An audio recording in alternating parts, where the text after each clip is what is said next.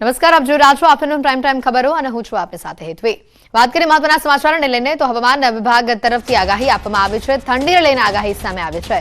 આવતીકાલથી ઠંડીનું પ્રમાણ વધશે, 2 થી 3 ડિગ્રી તાપમાન ઘટશે તે પ્રકારની આગાહી કરવામાં આવી છે હવામાન વિભાગ તરફથી। રાજ્યમાં ઉત્તર પૂર્વના પવનો ફૂંકાશે। પવનની ગતિ પ્રતિ કલાક 20 થી 30 કિલોમીટરની રહેવાની શક્યતા વ્યક્ત કરાઈ છે।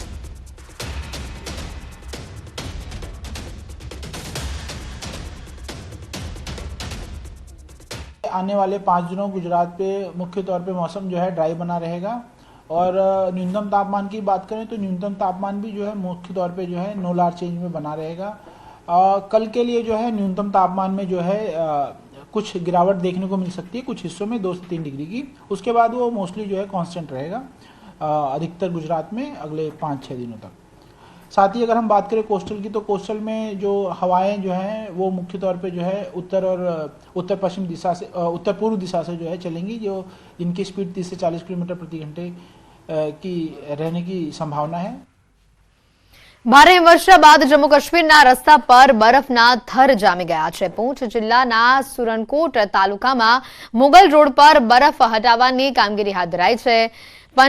પનાધ બ્રિજથી પોશાના આર્મી કેમ્પ સુધી બરફ હટાવવાની કામગીરી પૂર્ણ કરી દેવામાં આવી હતી અને આ સાથે જ પોશના લશ્કરી છાવણી અને નોંગરેચા અને પોશાણા ગામોના અન્ય વિસ્તારો વચ્ચે માર્ગ સંપર્ક પુનઃસ્થાપિત કરવામાં આવ્યો છે। બરફ હટાવવાની ઝુંબેશ અંગે પૂંછના સહાયક કાર્યકારી ઇજનેર મોહમ્મદ તારીક ખાને જણાવ્યું હતું કે આ વખતે અમે રેકોર્ડ સમયમાં તમામ રસ્તાઓ પરથી બરફ હટાવી દીધો છે।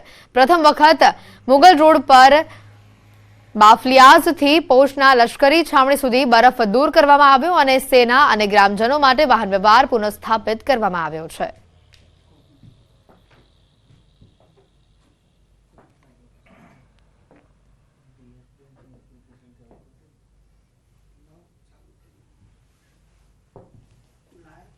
જમ્મુ કાશ્મીરના કોકરનાગના ઉપરના વિસ્તારોમાં ભારે હિમવર્ષા બાદ મનમોહક દ્રશ્યો સામે આવ્યા છે। ડિંગસમ, દિંધીપુરા, સથાન ટોપ અને અન્ય વિસ્તારોમાં બરફની ચાદર પથરાઈ હતી તો બીજી તરફ મોટી સંખ્યામાં આવેલા પ્રવાસીઓએ હિમવર્ષાનો આનંદ ઉઠાવ્યો હતો। પ્રવાસીઓનું કહેવું છે કે કાશ્મીરના વિવિધ ભાગોમાં ડિક્સમ જેવા ઘણા સુંદર સ્થળો છે અને પ્રવાસી નકશા પર વધુ પ્રમોટ કરવાની તેને જરૂર છે જેથી પ્રવાસીઓ પણ આ સ્થળોની મુલાકાત લઈ શકે।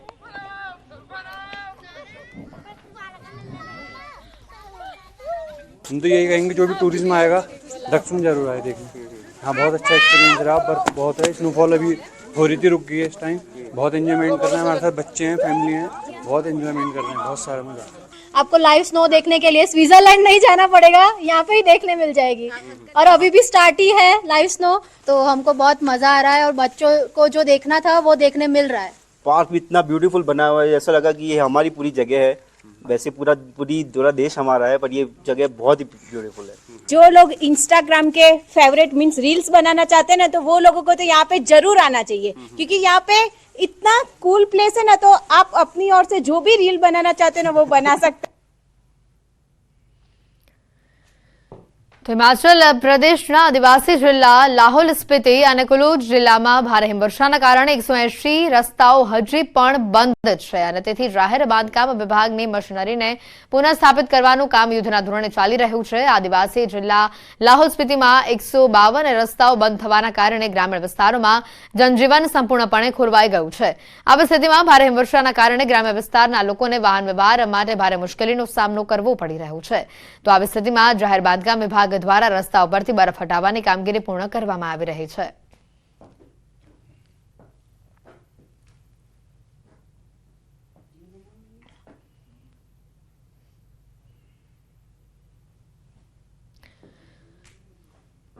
ભારે હિમવર્ષા બાદ ઓલીમાં સ્કીઇંગ ગેમ્સ માટે કોર્સ પણ શરૂ થઈ ગયા છે। જમ્મુ કાશ્મીરના ગુલમર્ગમાં ખેલો ઇન્ડિયા અંતર્ગત યોજાનારી સ્કીઇંગ ગેમ્સ માટે ઉત્તરાખંડની ટીમની પસંદગી પણ શરૂ થઈ ગઈ છે।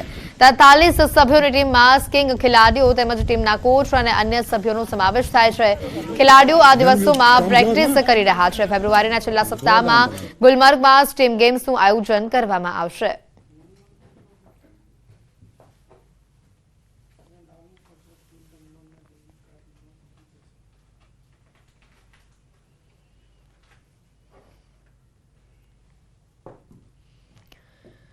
તો ઉત્તરકાશીના ગંગોત્રી ધામમાં ભારે હિમવર્ષા થઈ અને જેના કારણે ગંગોત્રી ધામમાં તાપમાન શૂન્યથી પણ નીચે નોંધાઈ રહ્યું છે. આ દરમિયાન ગંગોત્રી ધામમાંથી એક તપસ્વી સાધુના દુર્લભ દ્રશ્યો સામે આવ્યા, જ્યાં ગંગોત્રી ધામમાં ગંગા નદીનું પાણી એકઠું થયું છે અને જ્યારે અતિશય ઠંડી હોય ત્યારે આ જ તપસ્વી મહાત્મા ગંગોત્રી ધામમાં ગંગા નદીના થીજેલા પાણીમાં સખત ઠંડી વચ્ચે પણ સ્નાન કરી રહ્યા છે.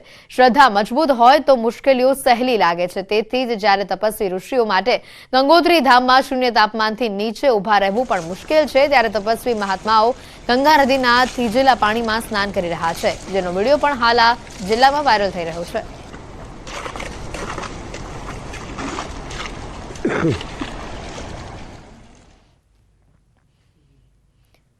વધુ સમાચાર આવી રહ્યા છે વડોદરાથી. અધિકારીઓ અને કોન્ટ્રાક્ટરોની પોલ અહીંયા ખુલ્લી પડી છે. 15 દિવસ પહેલા બનાવેલા રોડને ફરી ખોદવાનું શરૂ કર્યું.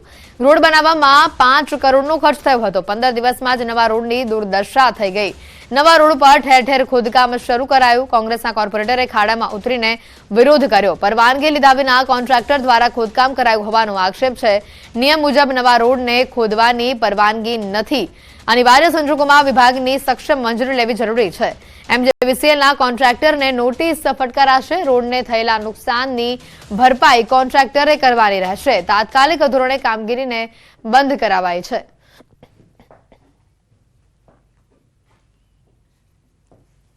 અન્યાયવૃત્તિ ફતેગંજ પોલીસ સ્ટેશનનો જે રોડ છે હમણાં જ પૂરો કરવામાં આવ્યો છે. ગત વર્ષે આશરે 4.5 થી 5 કરોડની અંદાજે પૂરો કરવામાં આવ્યો છે. હમણાં માધ્યમથી જાણવા મળ્યું છે કે ત્યાં ચાર્જિંગ સ્ટેશન માટેની એમજીવીસીએલનું કંઈ કામગીરી ચાલી રહી છે. અત્રેથી એવી કોઈ પરમિશન અમે આપી નથી, જેથી એમજીવીસીએલના તાત્કાલિક અસરથી અમે કામગીરીને બંધ કરાવી છે અને આગળની પ્રોસેસ માટે એમને જણાવી દીધું છે. સ્માર્ટ સિટી વડોદરાના ઓવરસ્માર્ટ અધિકારીઓ છે તેમની વધુ એક બેદરકારી જે છે તે સામે આવી છે. સીધા દ્રશ્યો જે છે આ નવાયાર્ડ વિસ્તારનો જે રોડ છે તેના બતાવવાનો પ્રયત્ન કરીશું. આ રોડ તમે જોઈ રહ્યા છો તે થોડા સમય પહેલા એટલે કે 15 દિવસ પહેલા જ કરોડો રૂપિયા ખર્ચીને વડોદરા મહાનગરપાલિકા દ્વારા બનાવવામાં આવ્યો હતો, પરંતુ 15 દિવસ બાદ આ રોડને છે તે ફરી ખોદવાની કામગીરી છે તે શરૂ કરવામાં આવી છે. ત્યારે જે કોંગ્રેસના કોર્પોરેટર છે તેમના દ્વારા અત્યારે વિરોધ નોંધવામાં આવી રહ્યો છે અને કોર્પોરેટરો એક જ માંગ કરી રહ્યા છે કે જો તમને રોડનું ખોદકામ કરવું હતું તો પછી રોડ બનાવતા પહેલા જ જે તમારે વાયરિંગનું કામ છે તે કરી લેવું જોઈતું હતું, પરંતુ કરોડો રૂપિયા ખર્ચ્યા બાદ ફરીથી રોડને ખોદવો કેટલો વ્યાજબી કહેવાય તેવો પ્રશ્ન જે છે કોંગ્રેસના કોર્પોરેટર ઉઠાવી રહ્યા છે. હરીશભાઈ સાથે વાત કરીશું. હરીશભાઈ, શું કહેશો? અત્યારે લાઈન નાખવાની કામગીરી જીબીની ચાલુ છે. તમે એવું માનો છો કે આ કામ જો પહેલા કરી દીધું હોત તો કરોડો રૂપિયા જે ખર્ચ્યા હતા એની જે આ દુર્દશા ના હતા? વોર્ડ નંબર 1ના 4 કોર્પોરેટરની લડત બાદ રોડને મંજૂરી મળીને રોડનું કામ થયું. 1.5 મહિના પહેલા રોડ બન્યો છે. શું આ ઝેડકો વાળાએ અઠવાડિયાની અંદર મંજૂરી માંગેલી છે? 1 મહિના પહેલા જ મંજૂરીનો પ્રોસિજર કર્યો હોય તો કોર્પોરેશનને ખબર હતી કે આ રોડ ઉપર જીબીની લાઈન નાખવાની છે, તો એમનું કામ પૂર્ણ થયા પછી આપણે રોડ બનાવવાનો હતો. તો મુખ્યમંત્રી સાહેબે થોડા દિવસ પહેલા શાસક પક્ષના નેતાઓ અને અધિકારીઓની હાજરીમાં કીધેલું છે કે રોડ બન્યા પછી કોઈને ખોદકામ માટે પરમિશન નહીં આપવાની. સો મુખ્યમંત્રીથી ઉપર છે આ અધિકારી. ધારાસભ્ય જ્ઞાનીબેન ઠાકોરે વિધાનસભા ગૃહમાં સરકારી શિક્ષણની ગુણવત્તાનો મુદ્દો ઉઠાવ્યો છે. સરકારની નીતિ વહાલા દવલારી હોવાનો આક્ષેપ કર્યો છે. ગુણવત્તાવાળા શિક્ષણથી બાળકો વંચિત રહે તેવી માનસિકતા હોવાનો આરોપ લગાવ્યો છે.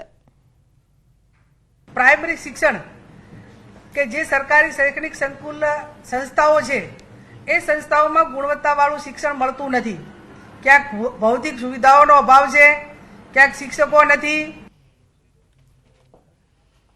મહેસાણામાં પ્રીસ્કૂલની ગંભીર બેદરકારી સામે આવી છે. ચાલુ શાળામાંથી બાળકી બહાર નીકળી ગઈ. નર્સરીમાં અભ્યાસ કરતી બાળકી શાળાના સમય દરમિયાન બહાર નીકળી ગઈ. કડી કરણનગર રોડ પર આવેલી HN કિડ્સ ચોઇસ પ્લે સ્કૂલમાં આ ઘટના બની છે. બાળકી અચાનક ઘરે પહોંચી જતા વાલી ચોંકી ઉઠ્યા. શાળામાં બાળકોની સુરક્ષા સામે વાલીએ સવાલ ઉઠાવ્યા છે. બાળકીના પિતાને શાળા સંચાલકોએ ઉડાઉ જવાબ આપ્યો. બાળકીના પિતાએ શાળા વિરુદ્ધ શિક્ષણ મંત્રી સહિત ઉચ્ચ કક્ષાએ લેખિત ફરિયાદ કરી છે.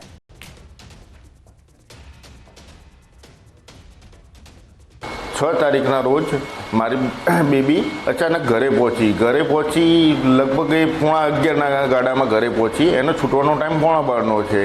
તો મારી વાઈફનો ફોન આવ્યો કે આ કોની સાથે ને કેવી રીતના ઘરે પહોંચી. જો કે મારા બેન મૂકવા ગયા હતા એને કે ત્યાં સુધી આવી કઈ રીતના. તો મેં સ્કૂલમાં જઈને તપાસ કરી તો મને એવું જાણવામાં આવ્યું કે એ સ્કૂલમાં જ છે, કે તમે એમને 11:15 લેવા આવજો. મેં કીધું ના, મારે લઈ જવી છે. તો સ્કૂલમાં એમને તપાસ કરી, સ્કૂલમાં એ મળી નહીં. તો મેં એમને હકીકત જાણ કરી કે મારી બેબી ઘરે પહોંચી છે, તમે ધ્યાન શું રાખો છો. અને સ્કૂલથી મારા ઘરનું અંતર લગભગ 600 મીટર છે. 600 મીટરમાં કંઈ અણબનાવ કે ખોટો બનાવ બન્યો હોત તો એની જવાબદારી કોની? સ્કૂલ તંત્રએ આ વસ્તુને અકસ્માત કહીને ટાળી નાખ્યો. દ્વારકાથી સમાચાર આવી રહ્યા છે કે જ્યાં વિદ્યાર્થીને માર મારતો શાળાનો ફાધરનો વિડીયો વાયરલ થયો છે. ખંભાળિયાની સેન્ટ ઝેવિયર્સ સ્કૂલનો વિડીયો હોવાનું હાલ સામે આવ્યું છે. વિદ્યાર્થીને સ્કૂલના ફાધરે માર માર્યાના દ્રશ્યો સીસીટીવીમાં કેદ થયા છે. વિડીયો વાયરલ થતા શાળા પ્રશાસને મામલો દબાવવાની કોશિશ કરી અને માફીનામું આપી શાળા પ્રશાસને મામલો દબાવવાની કોશિશ કરી હોવાના પણ દ્રશ્યો સામે આવ્યા હતા. હાલ આ માફીનામું પણ વાયરલ કરવામાં આવ્યું છે.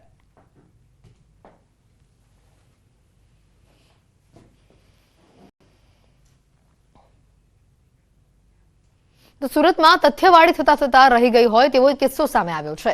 બેકાબુ કાર ચાલકે બાઇક સવારને અડફેટે લીધા. બંને નબીરાઓને હાલ પોલીસે ઝડપી લીધા છે. અકસ્માતમાં બાઇક સવાર દંપતીને ગંભીર ઇજાઓ પહોંચી છે. મિત્રની કાર લઈ નીકળેલા બે મિત્રોએ પૂરપાટ ઝડપે ગાડી હંકારી દંપતીને અડફેટે લીધું હતું. અકસ્માત બાદ કામરેજ પોલીસ હરકતમાં આવી છે. આવા નબીરાઓ પોતાની સાથે બીજાના જીવને પણ જોખમમાં મૂકે છે.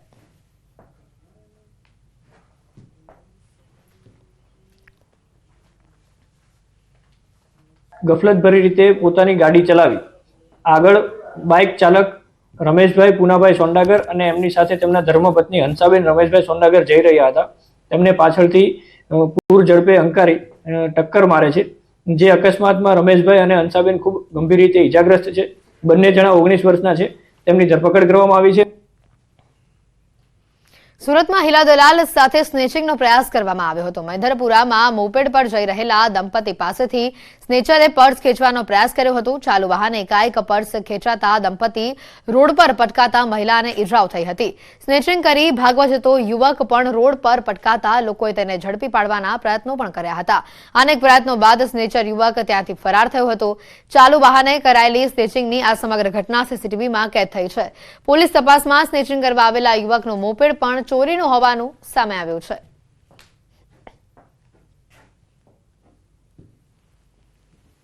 હું પણ બાઇક લઈને જતો હતો તો એણે પાછળથી મારા મિસેસને પાછળથી જેણે પાકેટ પકડી અને બરાબર એણે ખેંચ્યું એટલે એ પછી પડી ગયો એટલે એને ગંભીર ઈજા થઈ છે. ગોઠણે 3 ફ્રેક્ચર થઈ ગયા છે. ફરિયાદના આધારે જે રજિસ્ટ્રેશન નંબર છે એની ખરાઈ કરતાં આ રજિસ્ટ્રેશન નંબર ખોટો હોવાનું સાબિત થયેલું હતું અને એ આધારે જે કલમ એડ થાય છે એ મુજબની કલમનો ઉમેરો કરવામાં આવેલો છે અને આરોપીને શોધી કાઢવા માટે અને આ બાબતે સર્વેલન્સની ટીમ પ્રયત્નશીલ છે. સુરતના પાંડેસરામાં ખાનગી સિક્યુરિટી એજન્સીના સુપરવાઇઝર પર ફાયરિંગના પ્રયાસનો મામલો સામે આવ્યો છે. બુકાનીધારીઓએ ઘાતક હથિયારો વડે હુમલો કરી ફાયરિંગ કરવાનો પ્રયાસ કર્યો. ઇકો કારમાં આવેલા 5 જેટલા બુકાનીધારીઓએ જીવલેણ હુમલો કરી ફાયરિંગ કરવાનો પ્રયાસ કર્યો હતો. પોલીસે સમગ્ર મામલે 3 આરોપીઓની ધરપકડ કરી છે, જ્યારે અન્ય ફરાર આરોપીઓની શોધખોળ હાથ ધરવામાં આવી છે. આરોપીઓ ઇજાગ્રસ્ત વચ્ચે ચાલી આવેલી જૂની અદાવતમાં હુમલો કરાયો હોવાનું તપાસમાં સામે આવ્યું છે.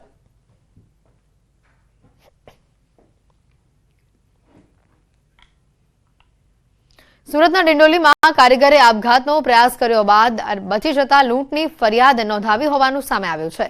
ભેદ ઉકેલાતા પોલીસે ફરિયાદીની ધરપકડ કરી છે. કારીગરે અંગત કારણોસર જાતે ગળું કાપી આપઘાતનો પ્રયાસ કર્યો હતો. કોઈ જોઈ જતા તેને તાત્કાલિક સારવાર અર્થે ખસેડવામાં આવ્યો હતો. ડરના કારણે કારીગરે કોઈ વ્યક્તિને હત્યાનો પ્રયાસ કરી મોબાઈલ લૂંટ કરાયાની ફરિયાદ નોંધાવી હતી. તપાસ કરાતા કારીગરે પોતે જ 2 દિવસ પહેલા ફોન બંધ કર્યાનું સામે આવ્યું હતું. વધુ પૂછપરછ કરાતા પોલીસે ગેરમાર્ગે દોરવા ખોટી ફરિયાદ નોંધાવ્યાનું પણ કારીગરે કબૂલાત કરી છે. હાલ પોલીસે કારીગરની ધરપકડ કરી છે. જે મૂળ વિક્ટિમ છે એના સાથે ખૂબ ડીપલી કાઉન્સેલિંગ કર્યું, એમની સાથે વાતચીત કરી અને છેવટે તેમણે કબૂલ્યું કે આ સમગ્ર ઘટના એક એટેમ્પ્ટ ટુ સુસાઇડનો કેસ હતો, નહીં કે એટેમ્પ્ટ ટુ મર્ડરનો. સુરતના ઉધનામાં યુવક પર જીવલેણ હુમલો કરવામાં આવ્યો. જલારામનગર 4 રસ્તા નજીક આ હુમલાની ઘટના સામે આવી છે. બે શખ્સોના ઝઘડામાં યુવક પર હુમલો થયો હતો. મધ્યસ્થી કરવા વચ્ચે પડેલા યુવક પર જીવલેણ હુમલો કરવામાં આવ્યો. જાહેર યુવક પર જીવલેણ હુમલાની આ ઘટના સામે આવી. ગંભીર હાલતમાં યુવકને સારવાર માટે નવી સિવિલ હોસ્પિટલ ખસેડવામાં આવ્યો હતો. યુવકની હાલત અતિ ગંભીર હોવાનું સામે આવ્યું. હુમલાખોરો દ્વારા નજીકમાં ચાદરનો ધંધો કરતા યુવકના ટેમ્પોમાં પણ તોડફોડ કરવામાં આવી હતી.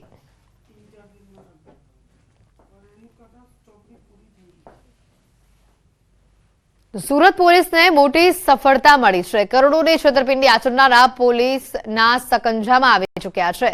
પોલીસે નેમેશ ઠક્કરની ધરપકડ કરી છે. આરોપીએ કાગળના માલનો જથ્થો મંગાવી અન્ય જગ્યાએ વેચી છેતરપિંડી આચરી હતી. છેલ્લા 1 વર્ષથી આરોપી ફરાર હતો.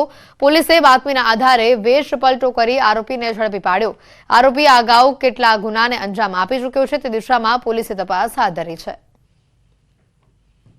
આ આરોપી પાછલા 1 વર્ષથી નાસ્તા ફરતા હતા અને આશરે રકમ 1 કરોડ 4 લાખની છેતરપિંડી કરેલ હતી. પોલીસે બાતમીદારો દ્વારા બાતમી મેળવી તેમને પુણે જઈ સ્વિગીની ડિલિવરી બોય બની અને એમની ખરાઈ હોવાની ખાતરી કરી પકડી પાડેલ છે. સેલવાસમાં દૂધની ચોરી સીસીટીવીમાં કેદ થઈ છે. દુકાનની બહારથી દૂધની થેલીની ચોરી, કેરેટમાં પડેલી દૂધની આ યુવક ચોરી કરતો નજરે પડી રહ્યો છે. ગાયત્રી મંદિર નજીક આવેલી દુકાન બહારની આ ઘટના છે. વહેલી સવારે બાઇક પર 2 યુવકો દૂધની ચોરી કરવા પહોંચ્યા હતા. સેલવાસમાં દુકાનની બહારથી દૂધની થેલીઓની ચોરીની ઘટનાઓ વધી રહી છે, જેમાં વધુ એક ઘટના પ્રકાશમાં આવે છે. દુકાન બહારથી દૂધની ચોરીના લાઈવ દ્રશ્યો સીસીટીવી કેમેરામાં કેદ થઈ ગયા હતા.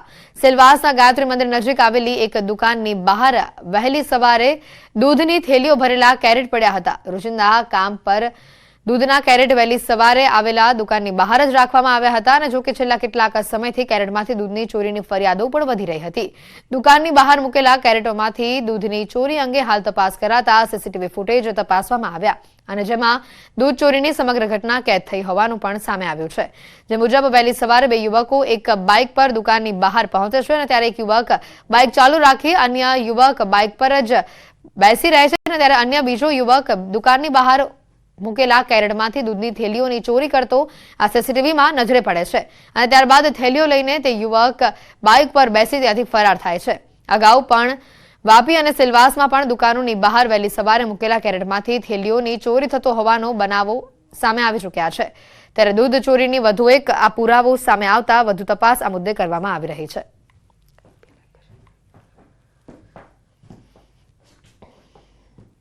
સમાચારોમાં હાલ રોકાઈશું એક બ્રેક માટે. આપ જોતા રહો ન્યૂઝ 18 ગુજરાતી.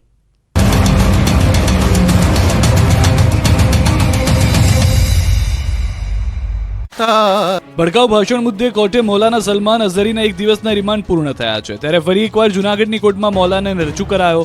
કોર્ટમાં બંને પક્ષોની વકીલો વચ્ચે કલાકો સુધી દલીલ થઈ. મૌલાનાને જૂનાગઢ કોર્ટે 1 દિવસના રિમાન્ડ આપ્યા. 20 કલાકના રિમાન્ડ બાદ ફરી કોર્ટમાં રજૂ થયો. સાથે જ 2 આયોજકો અને મૌલાનાને કોર્ટમાં રજૂ કરાયા. કોર્ટમાં બચાવ પક્ષના વકીલે કહ્યું હતું કે જે વિવાદાસ્પદ શબ્દો બોલવામાં આવ્યા છે તે ઇઝરાયલ અને પેલેસ્ટાઇન વચ્ચે ચાલી રહેલા યુદ્ધ માટે બોલવામાં આવ્યા છે. જે યુદ્ધમાં 22,000થી પણ વધુ મુસલમાનોના કતલે આમ કરવામાં આવ્યા છે. બીજી તરફ જૂનાગઢમાં મૌલાનાના ભડકાઉ ભાષણ મામલે નરસિંહ મંદિરના આચાર્યએ મોટો ખુલાસો કર્યો. જૂનાગઢમાં મૌલાનાના કાર્યક્રમ માટે નહોતી લેવાઈ મંજૂરી. આયોજકોએ મેદાન માટે નહોતી લીધી મંજૂરી. સરકારી મેદાનનો મંજૂરી વગર ઉપયોગ કરાયો. આયોજકોએ ગેરકાયદે પ્રવેશ કર્યો. મંજૂરી માટે બોગસ ડોક્યુમેન્ટ રજૂ કર્યા હતા. તો મૌલાનાના ભડકાઉ ભાષણ મામલે કચ્છમાં પણ ફરિયાદ થઈ છે. ત્યારે હવે કચ્છ પોલીસે મૌલાનાની ધરપકડ કરી છે. પોલીસની ટીમ મૌલાનાને લેવા માટે જૂનાગઢ આવી હતી. ટ્રાન્સફર વોરંટથી ધરપકડ કરી. પોલીસે આયોજકોની પણ કરી ધરપકડ. મામદ ખાન મુરની પોલીસે કરી ધરપકડ. આરોપી સાથે પોલીસે રિકન્સ્ટ્રક્શન કર્યું. મહેસાણાના ઘેરાલુમાં પથ્થરબાજો સુધરી જજો. ભગવાન રામની શોભાયાત્રા દરમિયાન જે વિસ્તારમાં પથ્થરમારો થયો હતો તે જ વિસ્તારમાં દાદાનું બુલડોઝર ચાલ્યું છે. પથ્થરબાજોને સબક શીખવવા માટે તંત્રએ એક્શન પ્લાન બનાવ્યો છે. જે અંતર્ગત દબાણકર્તાઓ પર વહેલી સવારથી તંત્રનું બુલડોઝર પહોંચી ગયું હતું. જે જગ્યાએ દબાણ કરી મકાનો ખડકી દેવા આવ્યા હતા તે બાંધકામોને જેસીબીથી તોડી પડાયા. દબાણકર્તાઓને નોટિસ આપ્યા બાદ બુલડોઝર ચલાવી દેવાયું. જકાત નાકા પાસે હાચડિયા વિસ્તારમાં બાંધકામને કડેરભૂસ કરાતા સન્નાટો છવાઈ ગયો. ચુસ્ત પોલીસ બંદોબસ્ત વચ્ચે નગરપાલિકાની ટીમ પહોંચી. જકાત નાકા પાસે હાચડિયા વિસ્તારમાંથી નડતરરૂપ મકાનો જમીનદોસ્ત કરાયા. વલસાડ જિલ્લામાંથી પસાર થતા અમદાવાદ મુંબઈ નેશનલ હાઈવે પર અનેક જગ્યાએ ગેરકાયદેસર દબાણો થયેલા છે. હાઈવે પરના ગેરકાયદેસર દબાણો અને પરવાનગી વિના ચાલી રહેલી વ્યવસાયિક પ્રવૃત્તિ પર રોક લગાવવા બુલડોઝર ચાલ્યું. ઉમરગામ તાલુકા વહીવટી તંત્ર દ્વારા કાર્યવાહી હાથ ધરવામાં આવી. ઉમરગામ તાલુકા વિકાસ અધિકારી અને તંત્ર દ્વારા કાર્યવાહી હાથ ધરવામાં આવતા તાલુકાના અન્ય અધિકારીઓની હાજરીમાં નેશનલ હાઈવે પર વલવાડા ગામની હદમાં આવેલા સર્વે નંબર 871માં હાઈવેને અડીને આવેલી જમીનોમાં ગેરકાયદેસર દબાણ અને પરવાનગી વિનાના બાંધકામોને દૂર કરવામાં આવ્યા. કોઈપણ જાતની પરવાનગી વિના અહીં વ્યવસાયિક પ્રવૃત્તિ માટેના પતરાના શેડ અને અન્ય રીતે કબજો કરવામાં આવ્યો હતો, જે તંત્રના ધ્યાને આવતા 15 દિવસ અગાઉ તંત્ર દ્વારા સ્વેચ્છાએ દબાણ અને બાંધકામ દૂર કરવા નોટિસો આપવામાં આવી હતી. તેમ છતાં કબજેદારો દ્વારા કોઈપણ દબાણ દૂર નહીં કરવામાં આવતા તંત્રની ટીમ પોલીસ બંદોબસ્ત સાથે સ્થળ પર પહોંચી હતી અને દબાણ હટાવવાની કાર્યવાહી કરી હતી. આગામી સમયમાં હાઈવે પરના અન્ય બાંધકામો અને દબાણો દૂર કરાશે. સફાળી જાગેલી મહાનગરપાલિકાની ટીમ ઘટનાના 3 દિવસ બાદ ગેરકાયદે બાંધકામનું ડિમોલિશન કર્યું. જોકે માત્ર દેખાડા પૂરતું ડિમોલિશન કરાયું હોય તેવા દ્રશ્યો જોવા મળ્યા.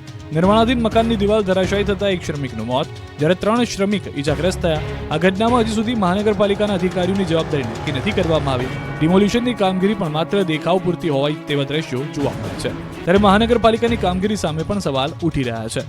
કેમ મહાનગરપાલિકા બિલ્ડરોને છાવરી રહી છે? શું બિલ્ડરોથી ડરી રહ્યું છે મહાનગરપાલિકા? બનાસકાંઠાના ધાનેરામાં ફરી એકવાર આંખલાનો આતંક જોવા મળ્યો છે. ધાનેરાના કૈલાશનગર વિસ્તારમાં 10 મિનિટ સુધી આંખલાઓએ ઉપાડો લીધો. 2 આંખલાઓ એવા ઝઘડ્યા કે આખા વિસ્તારમાં દહેશત ફેલાઈ ગઈ. આંખલાઓ જાણે લડવા માટે દંગલમાં ઉતર્યા હોય તે રીતે સામસામે લડાઈ કરી રહ્યા હતા. આંખલાઓ બાખડતા આસપાસના લોકો ડરી ગયા હતા. આંખલાઓની લડાઈને કારણે રોડ પર સન્નાટો છવાઈ ગયો હતો. ધાનેરાને ધૂળ ધૂળ કરી નાખ્યું હતું. જાણે બંને ભવભવના દુશ્મન હોય તે રીતે શિંગડા ભરાવી એકબીજા પર ભારે પડી રહ્યા હતા.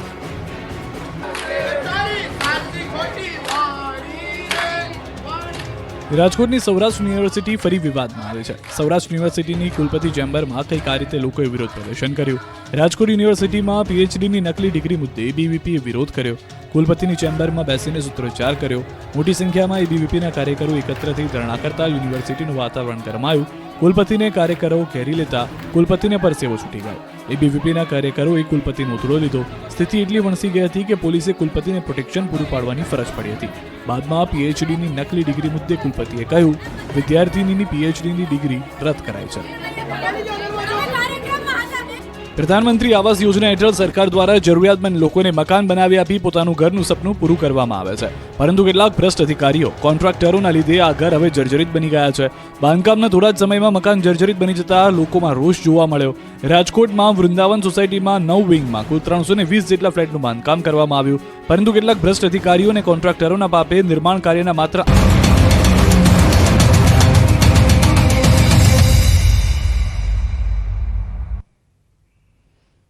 બ્રેક બાદ બુલેટિનમાં આપનું સ્વાગત છે. સમાચારોમાં આગળ વધીએ તો જામનગરના ગોરાણા ગામમાં ઓપરેશન જિંદગીને સફળ બનાવનાર કર્મચારીઓનું સન્માન કરવામાં આવ્યું. બોરવેલમાં પડી ગયેલા 2 વર્ષના બાળકને 9 કલાકની મહેનત બાદ જીવિત બહાર કાઢનાર નાયકોનું ઇન્ડિયન રેડક્રોસ સોસાયટીએ સન્માન કર્યું છે. કલેક્ટર અને ચીફ ફાયર ઓફિસરની હાજરીમાં 15 જેટલા કર્મચારીઓને સન્માનપત્રો આપીને સન્માનિત કરાયા છે. Jamnagar fire team, Kalavad fire team, Reliance fire team અને 108ની ટીમે ભારે જહેમત ઉઠાવી બોરવેલમાંથી બાળકને જીવિત બહાર કાઢ્યો હતો.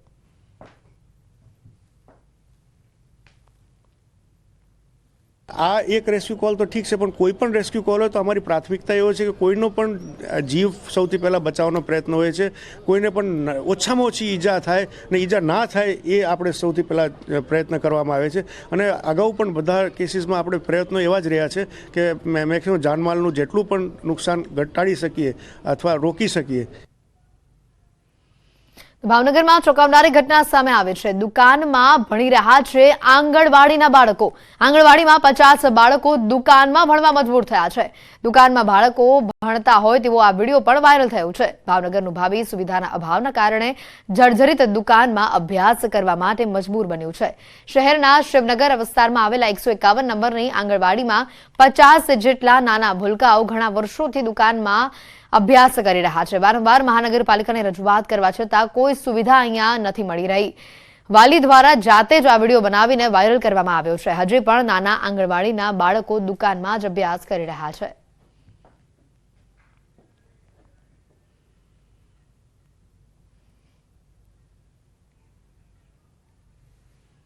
બનાસકાંઠાથી સમાચાર આવી રહ્યા છે. થરા તાલુકામાં પશુઓના મોતથી ફફડાટ ફેલાયો છે.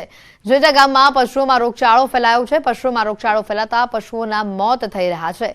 જેટા ગામે જિલ્લા પશુ ડોક્ટરની ટીમના ધામા સામે આવ્યા. પ્રાથમિક તપાસમાં ખરવા નામના રોગથી પશુઓનું મોત થયું હોવાનું સામે આવ્યું. પશુઓમાં અઠવાડિયા અગાઉ ખરવા રોગથી ફેફસા અને હૃદય ઉપર અસર થતા મોત થયા હોવાનું સામે આવ્યું છે. આ રોગને ઝડપથી કાબૂમાં લેવા માટે જિલ્લા પશુપાલન વિભાગની કવાયત સામે આવી છે. પશુઓમાં કોઈ પણ બીમારી દેખાય તો તાત્કાલિક પશુ ડોક્ટરનો સંપર્ક કરવા માટે પણ અપીલ કરવામાં આવી છે.